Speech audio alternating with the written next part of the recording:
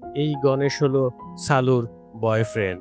আর এই গণেশ বলে যে ব্রহ্মা কখনোই সালুকে হত্যা করবে না।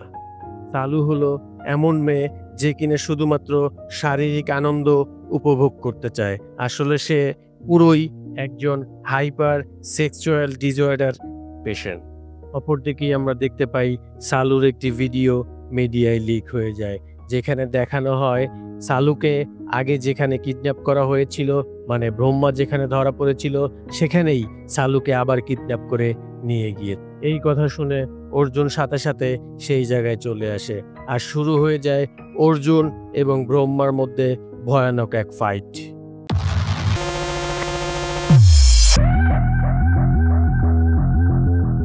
এই মারামারির মাঝখানেই অর্জুন ব্রহ্মাকে বলে, আমি জানি এই কয়দিন যেই কয়টা মার্ডার হয়েছে এগুলো একটাও তুই করিসনি। কে করেছে তুই যদি আমাকে বলিস তাহলে আমি তোকে ছেড়ে দিব, আর যদি তুই না বলিস তাহলে আমি তোকে এখানেই মেরে ফেলবো।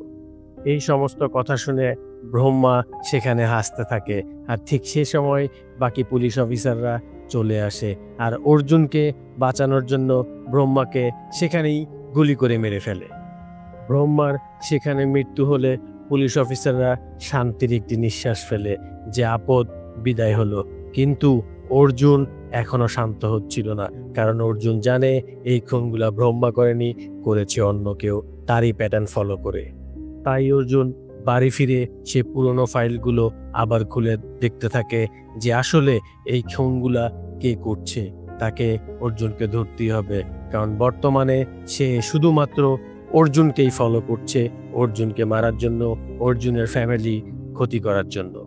ঠিক সে সময় সেখানে পিয়া চলে আসে আর অর্জুনের হাত থেকে ফাইলগুলো কেড়ে নেয়। আর এতে করে অর্জুন অনেক রেগে যায়। সে পিয়া এবং জেসমিনকে, এই দুজনকেই এই দ্বিতীয় কিলারের বিষয়ে জানায়। সে বলে, এই কিলারটি শুধুমাত্র আমাকে ফলো করছে, তাই আমি তোমাদের কাছ থেকে চলে যাব। যদি আমি এখানে থাকি তাহলে আমার জন্য শুধু শুধু তোমরাও বিপদে পড়বে। এর ঠিক পরের দিনই পুলিশ আবারও একটি লাশ খুঁজে পায়, আর এই লাশটি ঠিক আগের মতোই প্যাটার্ন ফলো করে খুন করা হয়েছিল। এর পরের সিনেই দেখানো হয় ব্রহ্মার সেই কপিক্যাট কিলার দিব্যাকে মারার সময় যে ভিডিও করেছিল, সেই ভিডিওটি দিব্যার মা বাবার কাছে পাঠিয়ে দেয়। নিজের মেয়ের এই মর্মান্তিক মৃত্যুর ভিডিও দেখে বাবা মা সহ্য করতে পারে না, তাই সাথে সাথে বাবা মা নিজেরাও সুইসাইড করে ফেলে। আসলে এটা করাই স্বাভাবিক বন্ধুরা। এই মৃত্যু কে দেখতে পারে? নিজের মেয়ের মৃত্যু নিজে কি কখনো দেখতে পারে? দেখতে পারে না। এরপরেই পুলিশ কমিশনার সেই অফিসারকে জিজ্ঞেস করে যে ব্রহ্মার তো মৃত্যু হয়েছে, তো ব্রহ্মাকে কপি করে আবার কে এইগুলা খুন করছে, তুমি কি সে ব্যাপারে কোনো কিছু জানো? তখন ওই পুলিশ অফিসার বলে যে আমার প্রথমত দুজনের উপরে সন্দেহ হচ্ছে। একজন হচ্ছে সালুর বয়ফ্রেন্ড গণেশ, আর দ্বিতীয়ত হচ্ছে অর্জুন।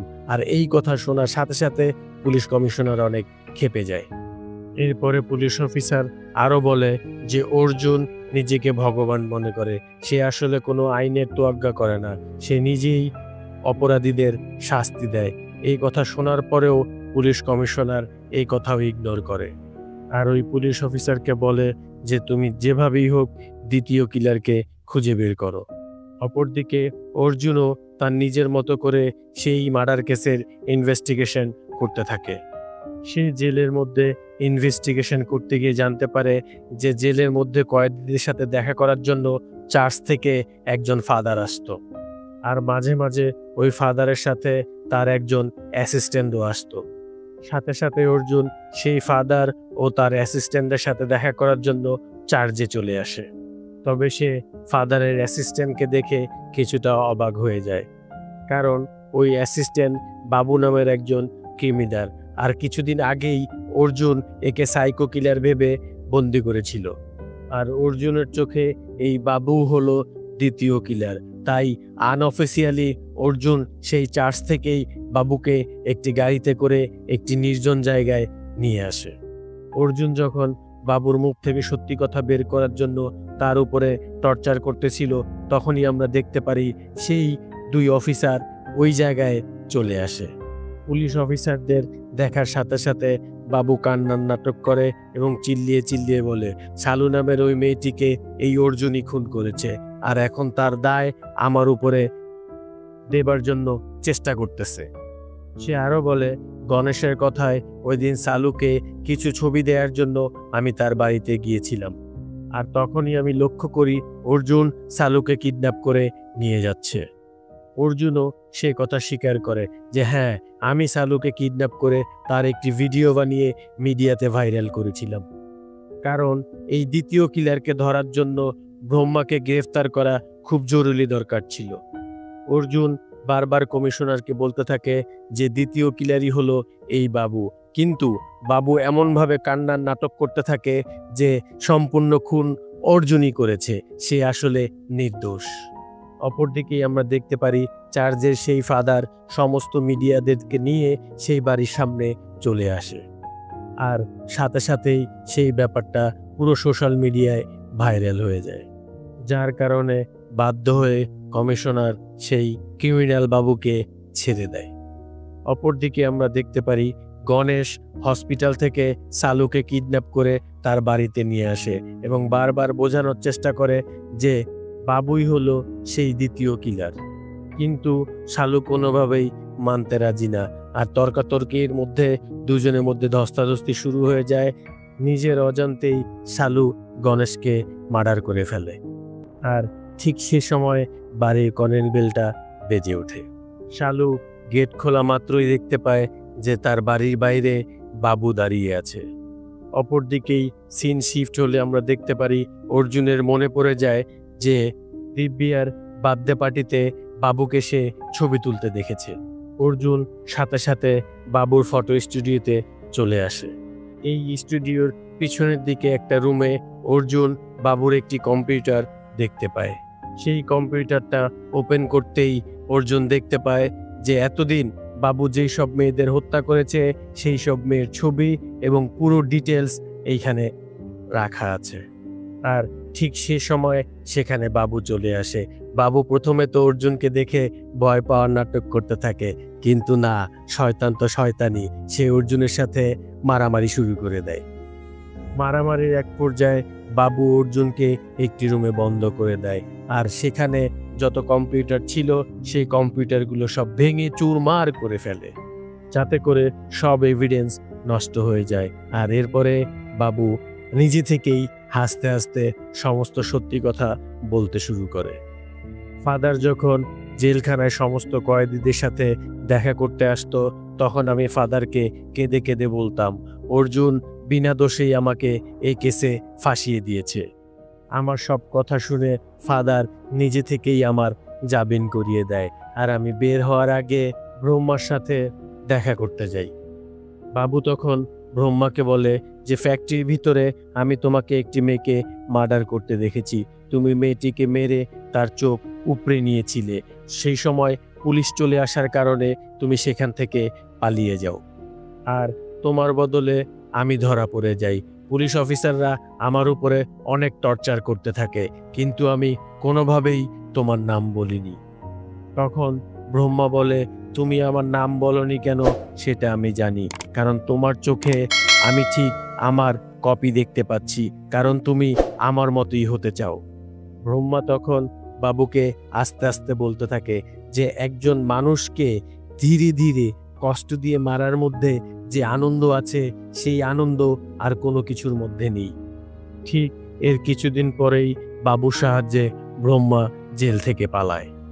আর সেই দিন বাবু যখন দিব্যাকে মারতে যাচ্ছিল তখনই সাথে সাথে অর্জুনের গলা শুনতে পায়, আর বাবু সেখানে ভয় পেয়ে যায়। কিন্তু ব্রহ্মা তো আর ভয় পায় না, ব্রহ্মা সাথে সাথেই দিব্যার গলায় ছুরি চালিয়ে দেয়, আর দিব্যা সেখানেই মারা যায়। সে বাবুকে আরো বলে যে বুকের মধ্যে এত ভয় থাকলে তুমি কখনোই ব্রহ্মা হতে পারবে না। এরপরেই সিন প্রেজেন্টে শিফট হয়, আর বাবু অর্জুনকে বলে যতক্ষণ না আমি তোমার চোখে ভয় দেখতে পাচ্ছি ততক্ষণ আমি ব্রহ্মা হতে পারবো না। এই কথা বলে সে দরজা খুলে দেয়, আর অর্জুনের সাথে চরম লেভেলের এক মারামারি শুরু করে দেয়। ওকা ঠিক ওই সময় সেখানে কিছু পুলিশ অফিসার চলে আসে আর তারা বাবুকে ছেড়ে দিয়ে উল্টো অর্জুনকে ধরে নিয়ে যায় থানায়। কমিশনার তখন অর্জুনকে বলে যে তোমার ব্যাপারে এত কমপ্লেন আসছে যে আমাকে তোমাকে গ্রেপ্তার করা ছাড়া আর কোনো উপায় নেই। তখন অর্জুন কমিশনারকে বলে যে বাবুর কম্পিউটার চেক করার সময় আমি একটি সিসিটিভির সন্ধান পেয়েছি। সেই সিসিটিভির আইপি অ্যাড্রেস আমি মনিকে পাঠিয়ে দিয়েছিলাম। তখন মনি জানায় যে আমি সেই আইপি অ্যাড্রেস ফলো করে যখন সেইখানে পৌঁছাই তখন আমি দেখতে পারি বাবু একটি মেয়েকে বন্দি করে রেখেছে। দুর্ভাগ্যবশত সেই মেয়েটি আর কেউ না, সেই মেয়েটি হচ্ছে বাবুর বোন। এই কথা শুনে পুলিশ কমিশনার অর্জুনকে বলে যে তুমি বাবুকে গোপনভাবে গ্রেফতার করো, এই খবরটি যেন কোনোভাবেই মিডিয়াতে লিক না হয়। সাথে সাথেই অর্জুন বাকি পুলিশ সদস্যদের নিয়ে বেরিয়ে পড়ে বাবুকে গ্রেফতার করার জন্য। ঠিক সেই সময় অর্জুনের কাছে জেসমিন কল করে আর জেসমিন কল করে জানায় যে বাবু তার মেয়ে সফিকে কিডন্যাপ করে নিয়েছে আর বলেছে তুমি যদি চার্জে আসো তাহলেই সে আমার মেয়েকে ছাড়বে। এই কথা শুনে অর্জুন খুব দ্রুত চার্জে চলে আসে আর বাবুকে মারতে মারতে জিজ্ঞেস করে যে সফি কোথায়। বাবু কোনোভাবেই মুখ খুলে না, সে বারবার বলে আমি তোমার চোখে ভয় দেখতে চাই, ভয়, আর তোমার চোখে যদি আমি ভয় দেখতে পারি তাহলেই আমি ব্রহ্মা হব, নাইলে আমি কোনোদিনও ব্রহ্মা হতে পারবো না, পুরাই সাইকো। এরপরেই বাবু, অর্জুন আর জেসমিন একটি গাড়িতে করে সফির কাছে যেতে থাকে। যাওয়ার সময় বাবু জেসমিনের সাথে একটি গেম খেলতে চায় আর এই গেম জেসমিন সহ্য করতে না পেরে চলন্ত গাড়ি থেকে লাফ দিয়ে নিজে সুইসাইড করতে চায়। এরপরে আমরা দেখতে পারি বাবু অর্জুনকে সাথে করে নিয়ে একটি পুরনো ফ্যাক্টরিতে চলে আসে। বাবু তখন বলে যে আমি সফিকে কিডন্যাপ করেছি এবং জেসমিনকে গাড়ি থেকে আত্মহত্যা করার জন্য বাধ্য করেছি, তাহলে তুমি ভাবলে কি করে যে তোমার গার্লফ্রেন্ড পিয়া এখনো জীবিত আছে? এই কথা শুনে অর্জুন বুঝতে পারে যে পিয়াকেও বাবু কিডন্যাপ করে নিয়েছে। তাই অর্জুন বাবুকে বারবার জিজ্ঞেস করতে থাকে পিয়া কোথায় বল, পিয়া কোথায় বল, কিন্তু বাবু কিছুই বলে না। তখনই বাবু সেই পুরনো ফ্যাক্টরির সাইডে কিছু পরিত্যক্ত বস্তা পড়ে থাকে, সেই বস্তার দিকে বাবু ইশারা করে দেখায়। সাথে সাথে অর্জুন দৌড়ে গিয়ে সেই বস্তাটি খুললে সেখানে সালুর মৃতদেহ দেখতে পায় আর এই মৃতদেহ দেখে অর্জুনের মধ্যে একটু স্বস্তি আসে। আর ঠিক সেই সময় পিয়া সেই পুরনো ফ্যাক্টরিতে গাড়ি নিয়ে চলে আসে, যাকে দেখে অর্জুন অনেকটা শান্তি পায়।